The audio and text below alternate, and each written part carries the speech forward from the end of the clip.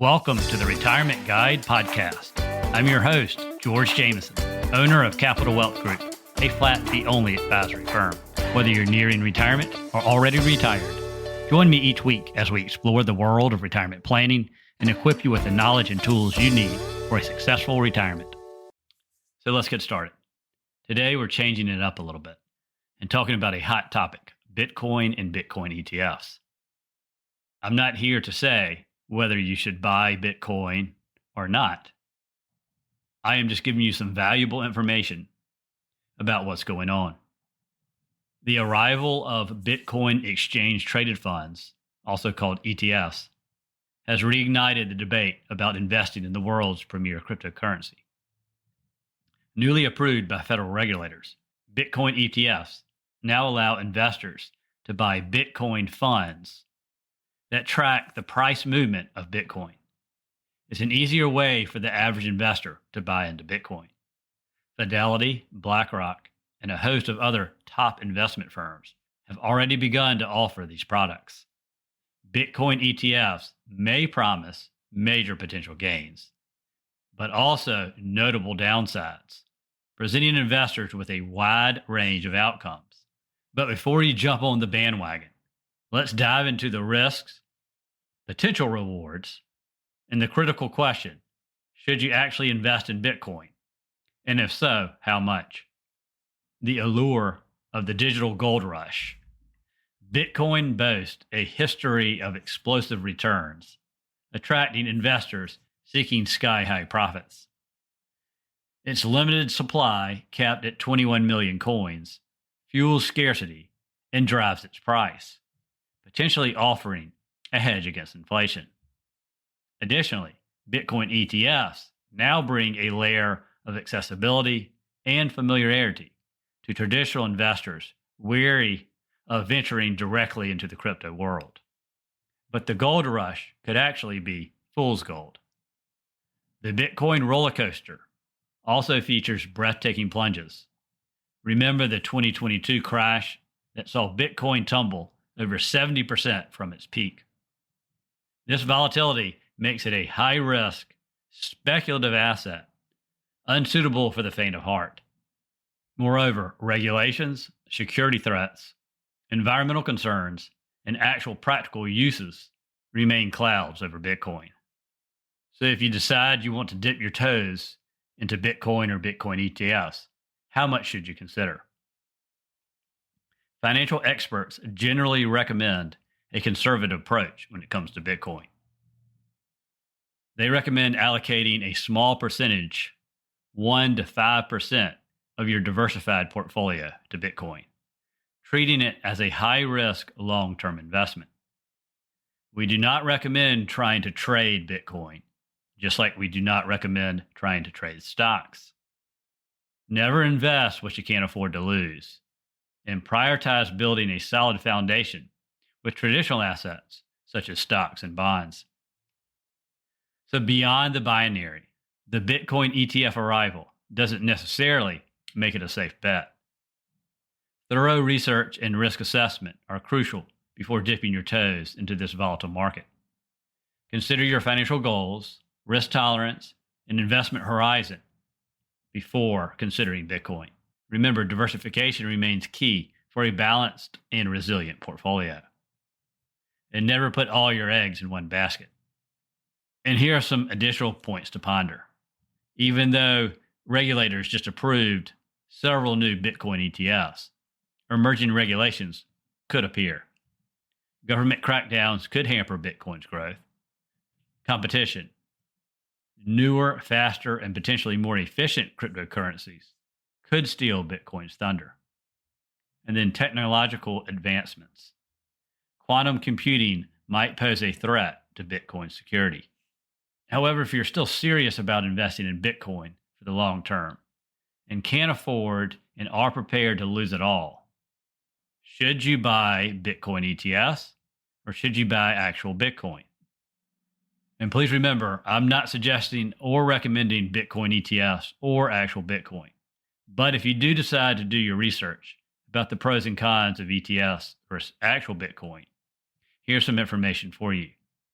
If you opt for the actual Bitcoin, if you're deciding to put a substantial amount into Bitcoin or Bitcoin ETFs, you may want to consider Bitcoin itself. And if you do, you would want to transfer it to a hardware wallet, a practice known as self-custody. While this may demand a bit more effort, it's your money, and the added security might be worthwhile. Now, why would you opt for a hardware wallet? A hardware wallet isn't directly connected to the internet. Instead, you would plug it in to a USB port on your computer only when you needed to access the coins. It's referred to as a cold wallet or cold storage. This type of wallet is suitable for storing Bitcoin for the long term, serving as a custodian for your private keys. A hardware wallet doesn't store your Bitcoin. Rather, it stores and safeguards your private keys. These keys are very lengthy and complex, making them impractical for most people to memorize and are prone to errors. Therefore, a hardware wallet provides a much more secure solution for managing your private keys. Your ownership of Bitcoin is essentially an entry on the open global ledger known as the Bitcoin blockchain. The way you truly own Bitcoin is by controlling the private keys associated with it. Sharing your private keys or recovery seed poses a big risk. If someone got a hold of them, they can take control of your Bitcoin and transfer it to an address they control. So it's crucial to hold your own private keys if you decide to buy Bitcoin itself. If you decide to buy the Bitcoin ETFs, it also comes with some risk. Let's look at an example of actually buying and transferring Bitcoin. If you decide to purchase Bitcoin on a very popular exchange called Coinbase and leave it there, Coinbase will control and store your private keys for you.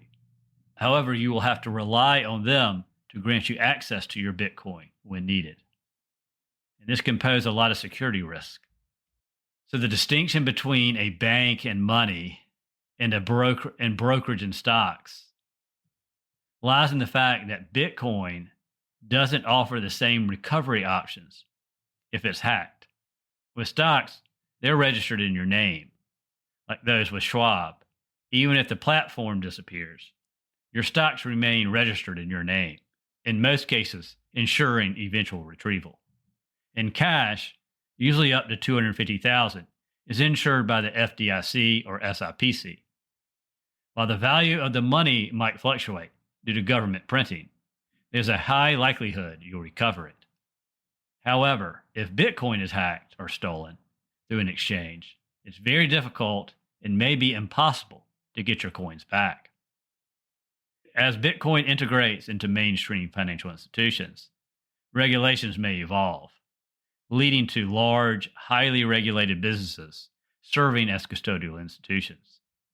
Individuals can opt for these services, but expect higher fees. Paying fees merely to hold a store of value can become expensive. Despite the anti-government arguments, Bitcoin fundamentally differs from stocks and bonds and other investments, as outlined above, making them incomparable. In addition, critics say Bitcoin doesn't work as a currency, citing concerns like volatility, energy usage, and use in illegal activity.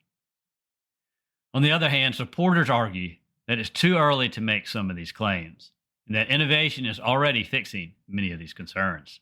Investors should review the argument from both sides and understand the risk specific to cryptocurrencies before considering Bitcoin as an investment. And again, you should also only risk what you can afford to lose when investing or speculating in high-risk investments such as Bitcoin. That wraps up today's episode. I hope everyone has a great day. Thank you for tuning in to this episode of The Retirement Guide. If you enjoyed this episode, please subscribe and leave a 5-star review to help others discover the show. For questions, ideas, or discuss your retirement plan, reach out to me, George Jameson, at Capital Wealth Group. Visit our website at capitalwealthplan.com to learn more. Thank you for listening, Stay tuned for more insightful retirement planning in future episodes. And now for the disclaimer. The information discussed in this podcast is for general explanations and education only. It is not tax, legal, or investment advice. Before considering acting on any information heard here, first consult with your tax, legal, or investment advisor. Thank you and have a great day.